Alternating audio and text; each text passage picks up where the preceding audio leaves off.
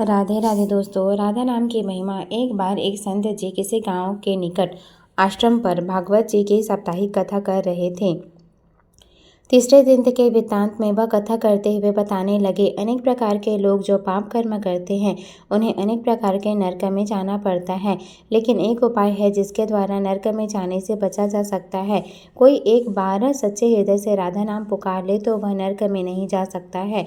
एक सेठ जी जो रोज आकर सत्संग सुना करते थे, सत्संग समाप्ति के पश्चात वह संत जी के चरणों में आकर बड़े जोर से रोने लगे। संत जी ने कहा, अरे सेठ जी, क्यों रोते हो? तुम्हारा मन उदास क्यों है? सेठ जी रोते हुए कहने लगे, भगवान, आपकी कृपा से मुझे सब कुछ प्राप्त है, पर मेरे मन को एक बड़ी चिंता सताती है। संत जी कहने लगे, कहिए कौन सी चिंता है? सेठ जी कहने लगे, आज आपने भगवत कथा में नर्क का वर्णन किया और वर्णन करते हुए बताया कि जीवों को अनेक पापों से नरकों की प्राप्ति होती है, लेकिन एक उपाय है जिसके द्वारा नरक में जाने से बचा जा सकता है।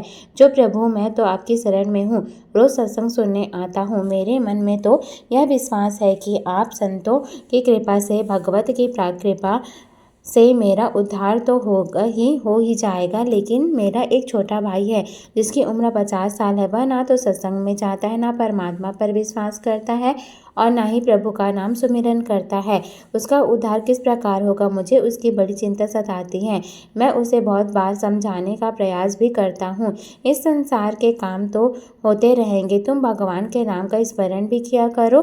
तब वह कहता है, ऐसा करने से कुछ नहीं होता है, तुम भी मत किया करो। मैं जितना आस्तिक हूँ प्रभु के प्रति, जितनी मेरी आस्था है, वह उतना ही कट्टर और अनिश्वरवादी है। क्यों? तब संत जी ने कहा, चिंता करते हो, एक दिन उसका भी उद्धार हो ही जाएगा। सेठ जी रोते हुए कहने लगे, हे भगवान, उसका उद्धार कब होगा? आप जैसे महापुरुष हमारे गांव में आए हैं, मुझे तो आप पर ही यकीन है, आप ही उसका उद्धार करके जाएंगे। अब आप कैसे भी कृपा कर मेरे घर आइए और एक बार तो उसके मुख से श्री राधा नाम का उच्चारण कराइए। तब सेठ जी की विनय सुनकर संत जी कहने लगे, कल सत्संग समाप्ति के पश्चात मैं आपके घर आऊँगा और उसे परमात्मा का सुमिरन अवश्य करवाऊँगा। दूसरा दिन हुआ, सेठ जी अपने घर गए।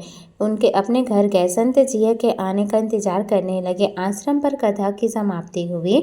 अब संत जी अपने वचन के अनुसार सेठ जी के घर पहुँचे।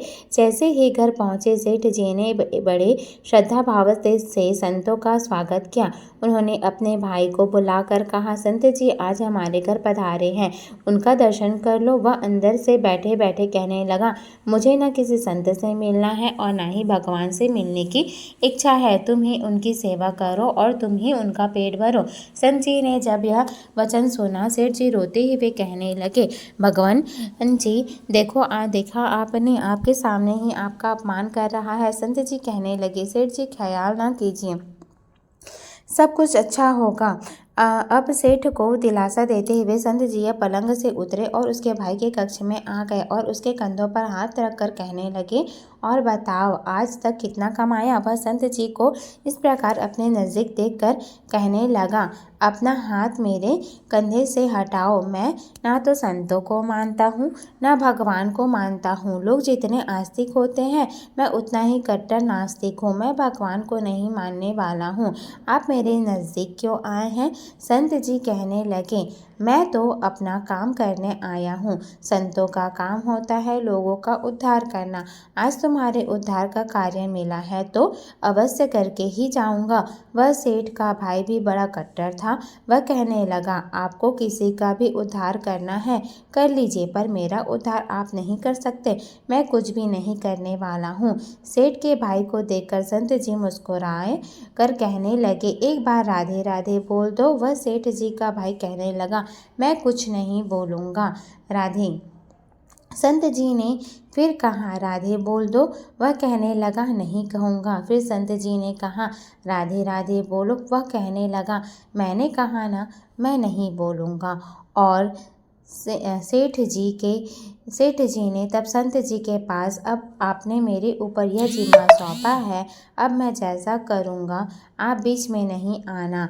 आप सारे परिवार वाले बाहर जाकर बैठ जाओ, तब तक मैं आपको बुलाऊंगा नहीं।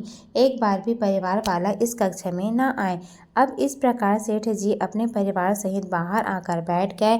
अब कक्ष में सिर्फ संत जी और सेठ जी का भाई था। संत जी ने पुनः प्रेम से कहा, अरे भैया, एक बार राधे राधे बोल दो।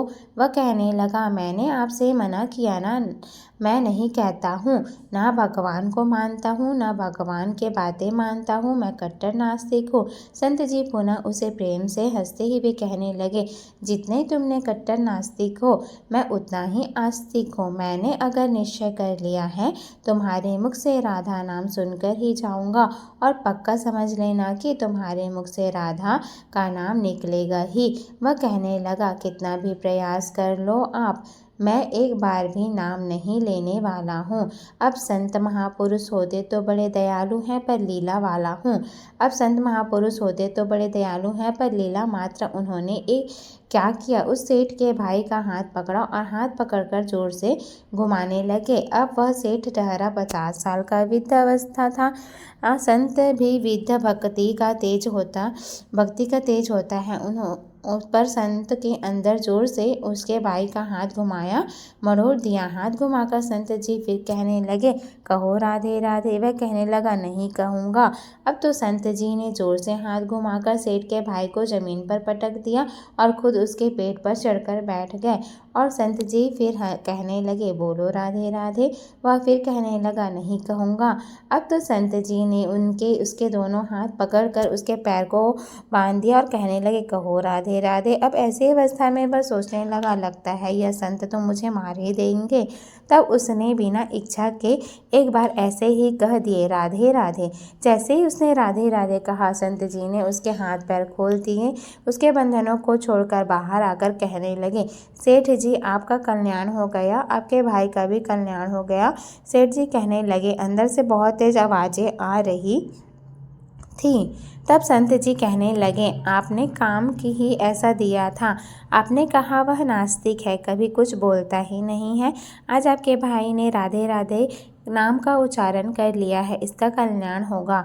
अब मैं जा रहा हूँ, कल से पुनः मेरी कथा है। अब संत जी तो अपने स्थान पर लौट आए। सेठ का भाई जमीन से उठकर अपने भाई से अब संत जी तो अपना स्थान पर लौट आए। सेठ जी का भाई जमीन से उठकर अपने भाई से कहने लगा, यह कैसे संत हैं, मुझसे झगड़ा करने आ गए, मेरे ऊपर चलकर बैठ गए और कहने लगे, अगर राधे राधे का नाम का उच्चारण नहीं करोगे तो मैं तुम्हारे ऊपर ऐसे बैठा रहूँगा। अब उसकी बातें सुन सेठ जी को तो हंसने लगे। वह हंसते हुए मन से भगवान को धन्यवाद देते हुए कहने लगे, हे प्रभु, आपके संत भी बड़े दयालु हैं, खुद कष्ट सहकर भी लोगों का कल्याण करते हैं। समय व्यतीत होता गया, मुश्किल से 5-6 महीने गुजरे थे। अचानक एक दिन छोटे भाई का देहांत हो गया। शरीर समाप्ति के पश्चात आत्मा शरीर से अलग हो जाती है। वह आत्मा ही ऊपर यमराज के पास जाकर सारे हिसाब किताब देती है। अब इस व्यक्ति का हिसाब किताब खोला गया। यमराज ने चित्रगुप्त से कहा, जो आज इंसान हमारे पास लाया गया है, इसका हिसाब क्या है? चित्रगुप्त कर्मों का हिसाब देकर बताने लगा, हे भगवान, इसने अपने जीवन में कभी परमात्मा का नाम सुमिरन नहीं किया है, सदा पाप ही पाप किए हैं, इसे तो सीधे नरक भेज दिया जाए। अब यमराज के आदेश अनुसार जैसे ही उसे नरक भेजा जा रहा था, तभी चित्रगुप्त ने कहा, भगवान, एक बात और है। यमराज जी ने कहा, कौन सी बात? चित्रगुप्त ने कहा, हे भगवान, एक बार संतों के कहने पर इसने राधा नाम का उच्चारण किया था। अब एक बार राधा नाम का उच्चारण। यमराज ने दूतों से कहा, थोड़ी देर रुक जाइए, इसका हिसाब किया जाएगा, इसके बाद ही इसे नरक में भेज दिया जाएगा। यमराज ने पुनः चित्रगुप्त से कहा, जल्दी से इसका हिसाब देखो और कहीं इसने परमात्मा का नाम उच्चारण तो नहीं किया है। चित्रगुप्त ने फिर पुनः सारा हिसाब देखा और देखकर कहने लगे, भगवान, इसने एक बार जो नाम उच्चारण किया है वह संतों के भय से किया था, दिल से भी नहीं किया था, पर एक बार राधा नाम का उच्चारण किया है। जीवन पाप में अब क्या किया जाए? तब यमराज ने उसी एक बार इंसान से पूछा, बताओ, हम तुम्हें पहले राधा नाम का उच्चारण का फल दे या तुम्हें नरकों में भेज दिया जाए। तब वह भक्त हाथ जोड़कर कहने लगा, भगवान, नरक में तो जाना ही है, इससे अच्छा है आप मुझे एक बार राधा नाम का उच्चारण का फल दे दो, फिर मुझे जहाँ चाहो भेज दो। अभी यमराज जी अपनी पुस्तक खोल कर देखने लगे कि एक बार राधा नाम का उच्चारण का फल क्या है। उन्होंने सारी पुस्तकें खोल दी पर उन्हें कहीं फल दिखाई नहीं दिया। तब यह विचार करने लगे, एक बार राधा नाम का उच्चारण का फल तो मुझे ही पता नहीं है। तब वह अपनी शंका के निवारण करने के लिए उस भक्त को अपने साथ लेकर स्वर्गलोक में आ गए। स्वर्ग में आकर यमराज ने इंद्रदेव से कहा, हे इंद्रदेव, मुझे बताइए एक बार राधा नाम का उच्चारण करने का क्या फल है। तब इंद्रदेव ने बहुत प्रयास किया पर उन्हें भी मुझे बताइए एक बार राधा नाम का उच्चारण करने का क्या फल है। तब इंद्रदेव ने कहा, बहुत प्रयास किया पर उन्हें भी इसका फल पता नहीं चला। तब वह सब देवता मिलकर ब्रह्मदेव के पास आए। ब्रह्मदेव ने जब उन सबको देखा तब ब्रह्मदेव उनसे पूछने लगे, यह आपके साथ इंसान कौन है।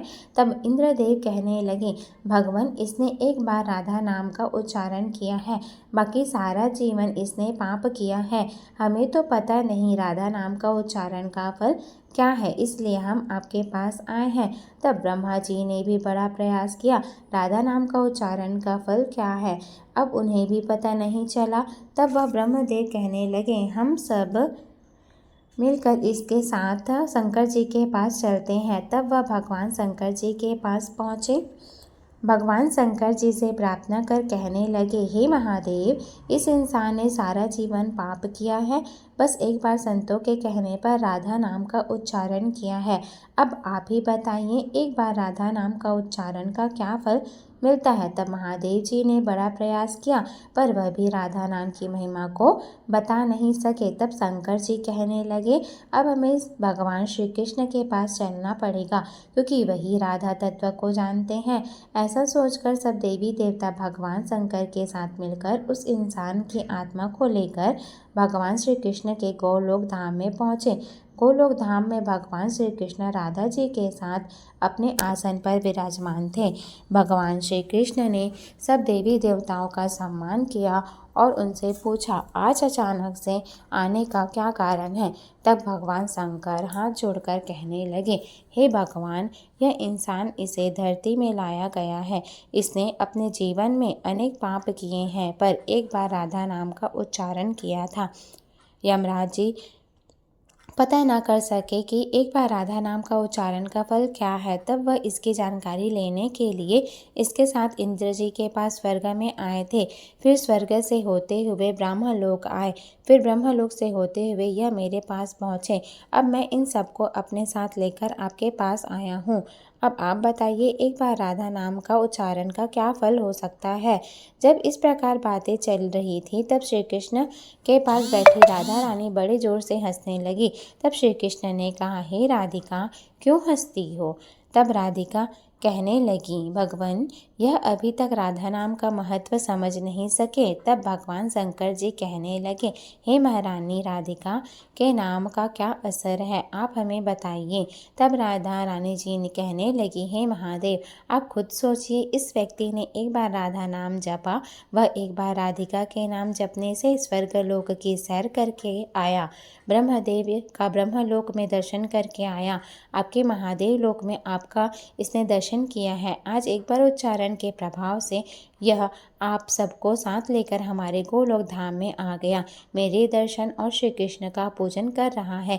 इससे अधिक राधा नाम का और फल क्या हो सकता है। तब राधिका जी ने इस प्रकार एक बार राधा नाम का पूरा महत्व बताया तो यमराज कहने लगे, यह तो बड़ा अनंत फल है। जो व्यक्ति नरकों में जाने वाला था वह एक बार उच्चारण से सब लोगों की यात्रा कर भगवान श्री कृष्ण और राधा रानी के चरणों में उपस्थित हो गया है। इससे बड़ा अधिक फल और क्या हो सकता है। तभी फिर से यमराज कहने लगे, भगवान, क्या आप क्या अब इसे नरक में जाने की आवश्यकता नहीं है? तब श्री कृष्ण जी कहने लगे, हे धर्मराज, जिसने एक बार राधा रानी के चरणों का दर्शन कर लिया हो वह तो कभी नरक में जा ही नहीं सकता है। तब वह भक्त जो वहाँ पर राधा रानी के दर्शन कर रहा था वह कहने लगा, हे महारानी, मैंने तो संतों के भय में आकर आपका राधा नाम का उच्चारण किया था, पर जो सच्चे हृदय से आपके नाम का उच्चारण करते हैं उन्हें तो जीवन में कोई भय होगा ही नहीं। वह तो नर्क की यात्रा में कभी निकलेंगे ही नहीं, वह तो सीधा आपके चरणों में ही समा जाएंगे। तो इतना महत्व है एक बार राधा नाम के उच्चारण का। तो सच्चे हृदय से जो एक बार इस प्रकार कह दे, राधे राधे, शाम मिला दे, तो राधा नाम का उच्चारण करते ही परमात्मा का साक्षात दर्शन करते हैं। राधे राधे। अगर आपको वीडियो पसंद आई हो तो हमारे चैनल को लाइक करें और हमारे चैनल को सब्सक्राइब करें। वीडियो देखने के लिए आपका धन्यवाद। राधे राधे। जय श्री कृष्ण, जय जगन्नाथ स्वामी, जय श्री लक्ष्मी नारायण। राधे राधे, राधे श्याम।